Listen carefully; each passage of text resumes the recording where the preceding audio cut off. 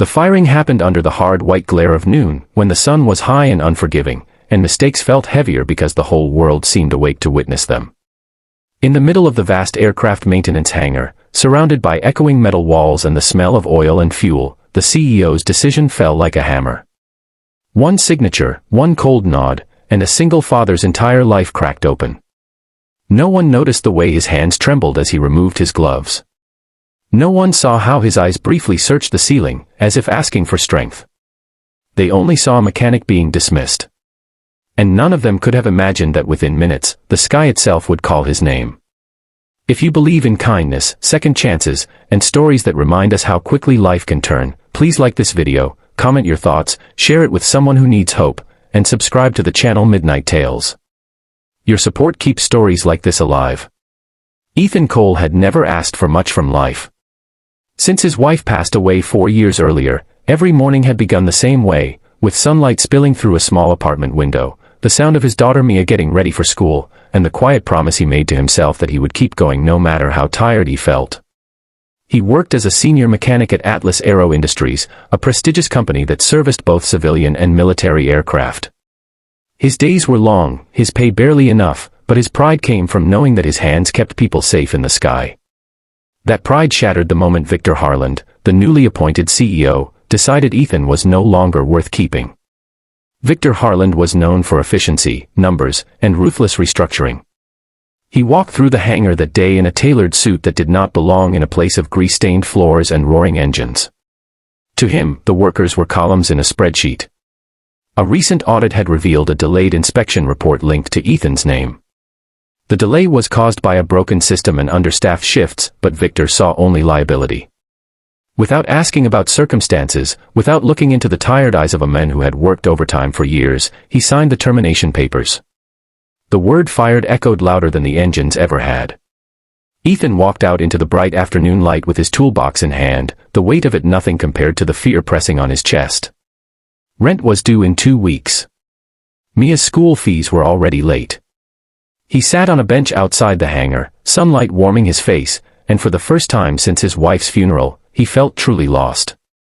He thought of Mia's smile that morning, how she told him she wanted to be a pilot someday, and the thought that he might fail her made his throat tighten. Still, he stood up. He always stood up. He decided he would find another job, any job, before the day ended. Inside the hangar, Victor Harland was already moving on. Meetings waited. Investors expected results. He felt no regret, only the satisfaction of enforcing discipline. That was when the sound began, distant at first, then growing louder. A deep, rhythmic thumping rolled through the air, rattling the hangar doors and sending papers fluttering off desks. Heads turned toward the sky as a dark Navy helicopter descended toward the runway, blades slicing the daylight. This was not scheduled. Security froze. Engineers stared. Victor frowned. The helicopter landed with precision, its presence commanding silence. The Navy insignia gleamed in the sun. As the rotors slowed, a uniformed officer stepped out and approached the stunned executives. His voice carried clearly across the open space, calm but authoritative. He asked for Ethan Cole. Victor felt the blood drain from his face.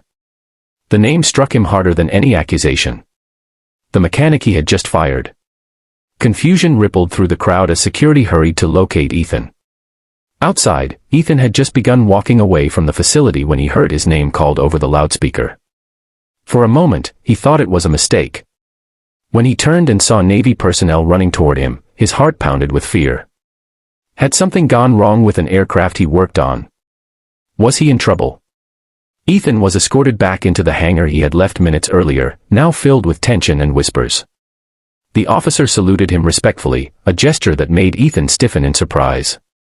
In front of everyone, the officer explained that earlier that morning, during a routine military exercise, a critical fault had been detected midair in a transport helicopter. The onboard systems flagged a repair signature from weeks ago, a repair done by Ethan Cole.